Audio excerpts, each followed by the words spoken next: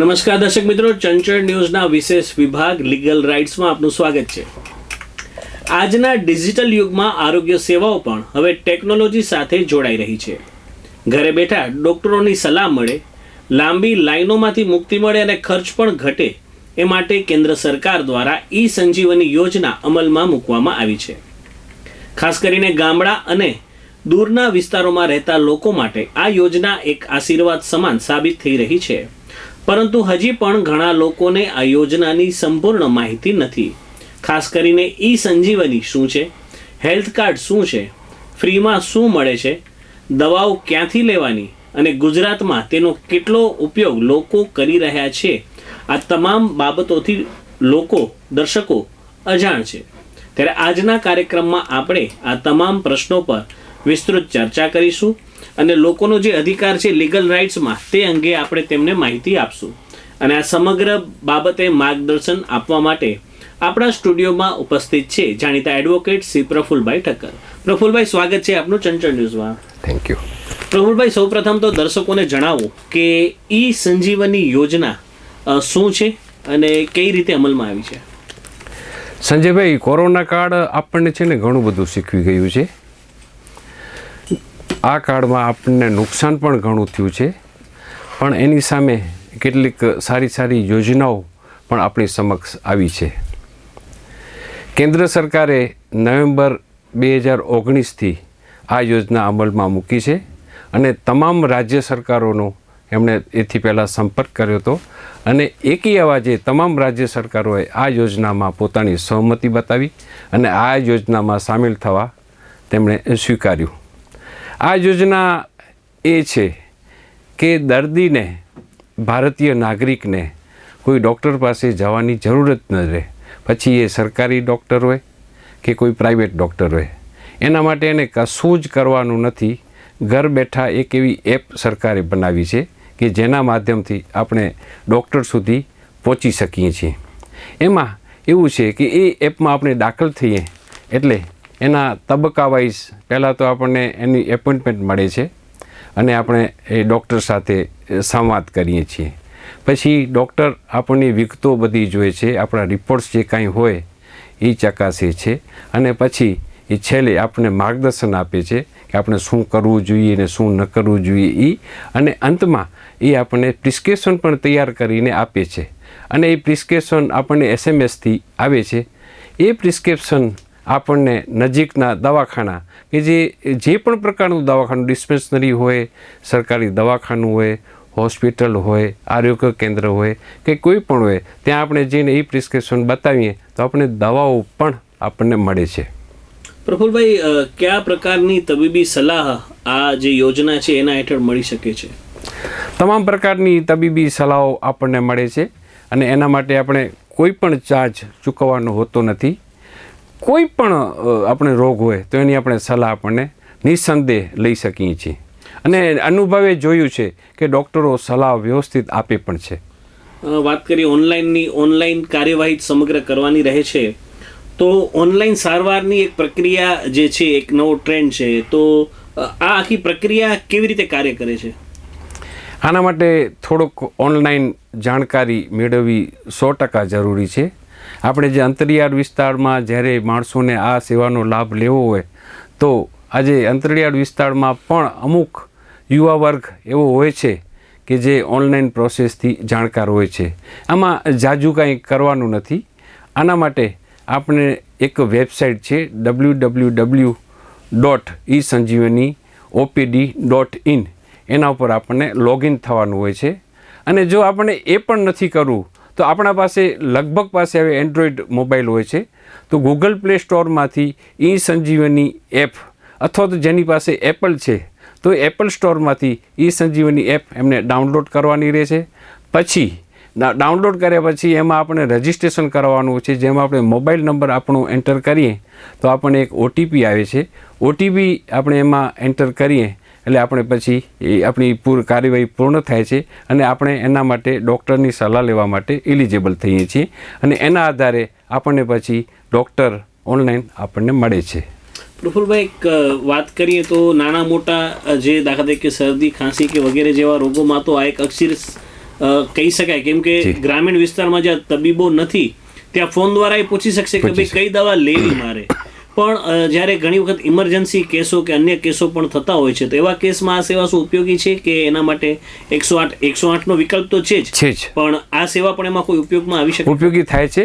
અને એમાં તો એટલે સુધી છે કે એ ડૉક્ટરના રેફરન્સથી આપણને જે મોટી સરકારી હોસ્પિટલ હોય છે એમાં સીધું એડમિશન મળી જતું હોય છે. અને એ ન હોય તો આખા ઇન્ડિયાભરના તજજ્ઞો જે ડૉક્ટરો છે એનું માર્ગદર્શન પણ આપણને ઓનલાઈન એમાં મળી શકતું હોય છે. પ્રફુલભાઈ, એક વાત કરી, આની સાથે એક હેલ્થ કાર્ડનો મુદ્દો પણ આવે છે. હેલ્થ કાર્ડ અને ઈ સંજીવની, એ બંને વચ્ચેનું શું રિલેશન છે ને હેલ્થ કાર્ડ શું છે, લોકો માટે કેટલું જરૂરી છે? હેલ્થ કાર્ડ એ એક એપ છે અને એ હેલ્થ કાર્ડમાં દર્દીની શરૂઆતથી લઈ અને આજ સુધીની એની હિસ્ટ્રી એમાં આવે છે. દાખલા તરીકે શરૂઆતમાં હેલ્થ કાર્ડમાં આપણું નામ ઠામ તો હોય ત્યાં સુધી બરાબર છે, પણ આપણે છેલ્લા જ્યારથી હેલ્થ કાર્ડમાં આપણે એન્ટ્રી કરીએ છીએ, હેલ્થ કાર્ડ આપણો જનરેટ થયો છે ત્યારથી આપણને શું શું રોગો થયા છે, આપણે એની શું શું ટ્રીટમેન્ટ લીધી છે, આપણે એના શું શું રિપોર્ટ્સ કરાવ્યા હતા, એ તમામ હિસ્ટ્રી એ હેલ્થ કાર્ડમાં હોય છે. અને આ હેલ્થ કાર્ડ પણ ઈ સંજીવની યોજના સાથે સંલગ્ન છે.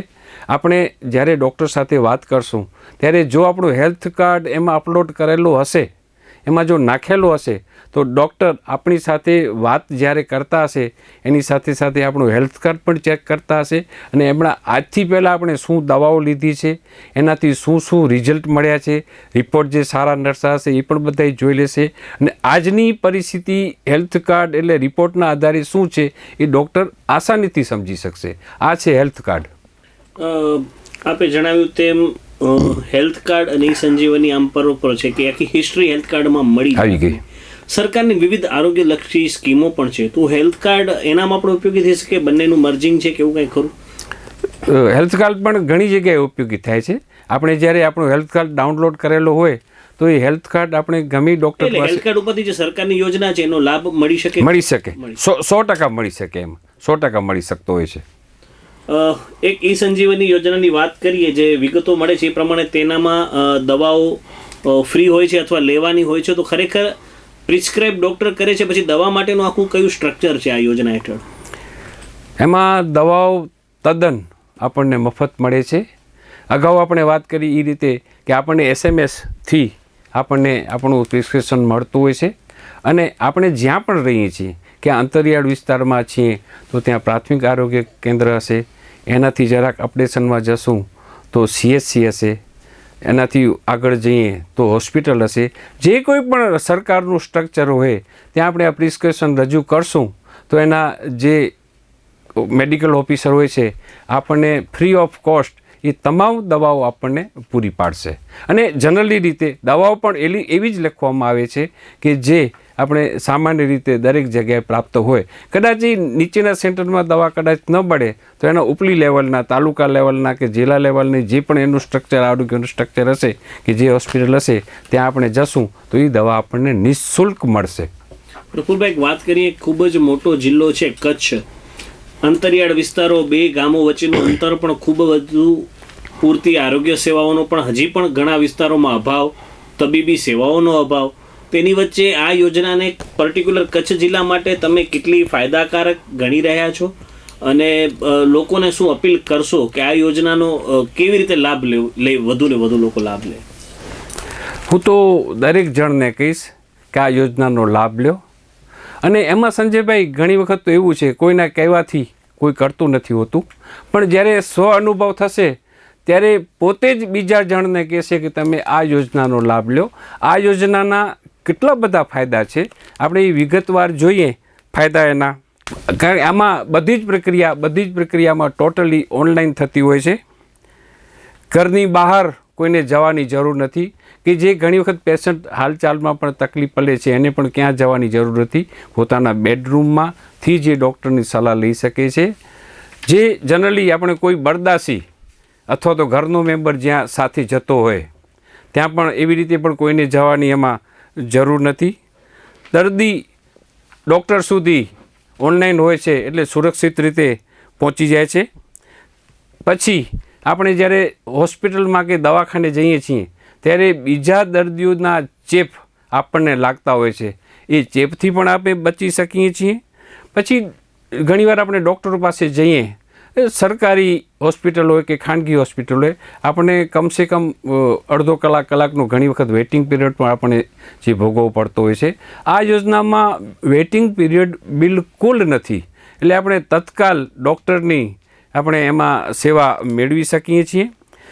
આ સેવા બીજું એ છે કે આ સેવા 24 કલાક કાર્યરત છે. 24 કલાકમાં વચ્ચે એવો કોઈ બ્રેક નથી કે અડધી રાત્રે 12 થી 2 કે 12 થી 6 કે બંધ હોય. 24 કલાક આપણને સેવા મળતી રહે છે. એટલે આપણને કોઈ પણ જાતની તકલીફ થાય તો નિસંકોચ આપણે ત્યારે જ ડૉક્ટરની સલાહ મેળવી શકીએ છીએ.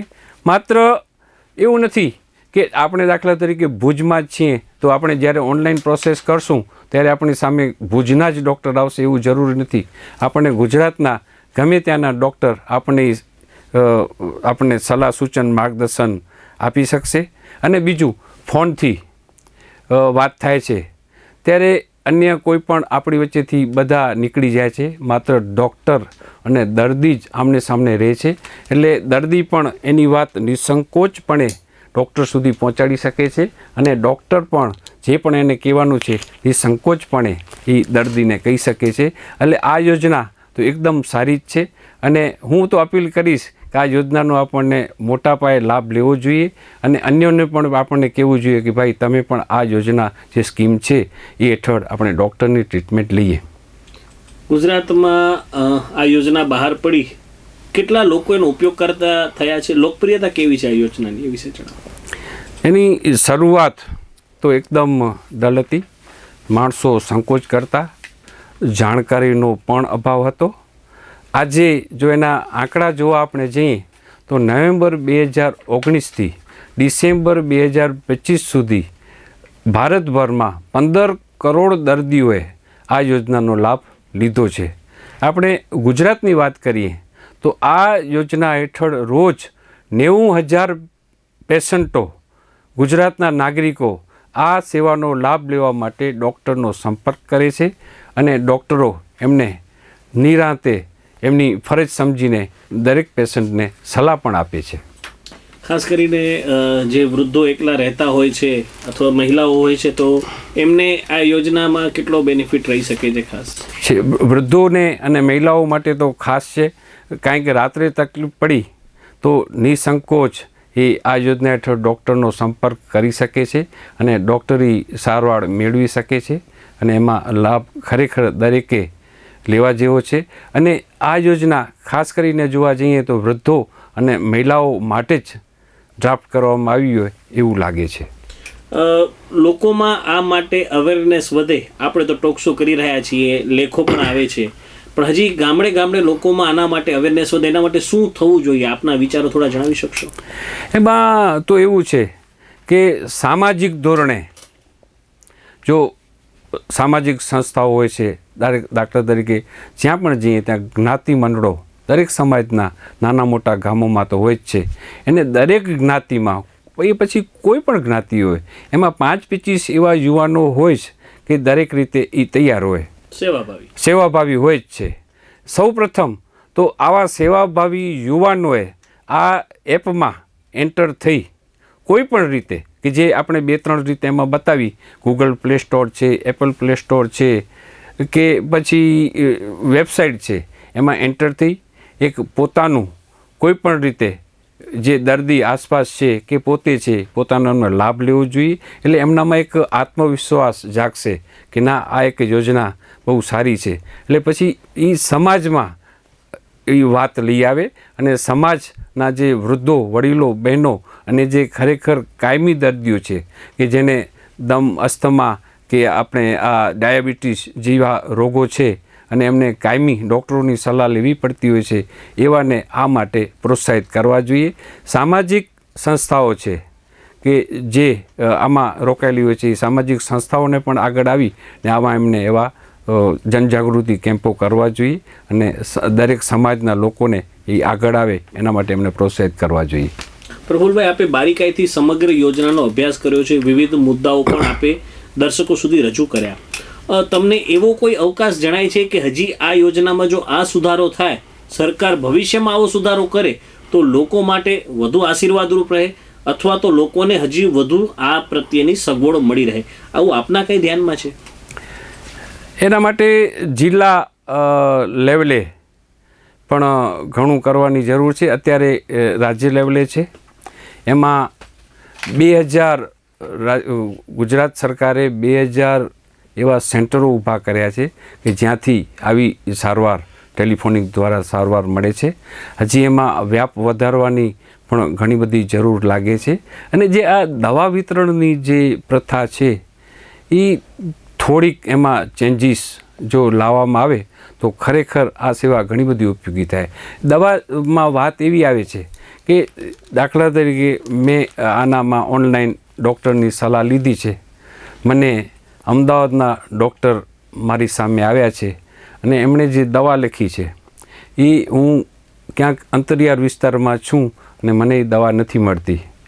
હવે તો ત્યારે મારે તાલુકા મથકે આવવું પડશે.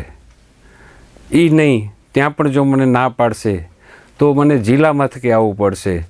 અમદાવાદના જે ડૉક્ટર સાહેબે દવા લખી છે, જનરલી દવા વ્યવસ્થિતપણે ને એમને પણ ગાઈડ કરવામાં આવતા હોય છે કે કઈ પ્રકારની, કયા પ્રકારના રોગમાં કઈ પ્રકારની દવાઓ આપવી. પણ ઘણી વખત કે જે બીજા જિલ્લામાં જે દવા ચાલતી હોય એ દવા કદાચ બીજા જિલ્લામાં ન પણ ચાલતી હોય, ત્યારે અમદાવાદના ડૉક્ટરે મને કચ્છ જિલ્લાના પેશન્ટને જે દવા આપી છે એ મને જિલ્લા લેવલે પણ નથી મળતી.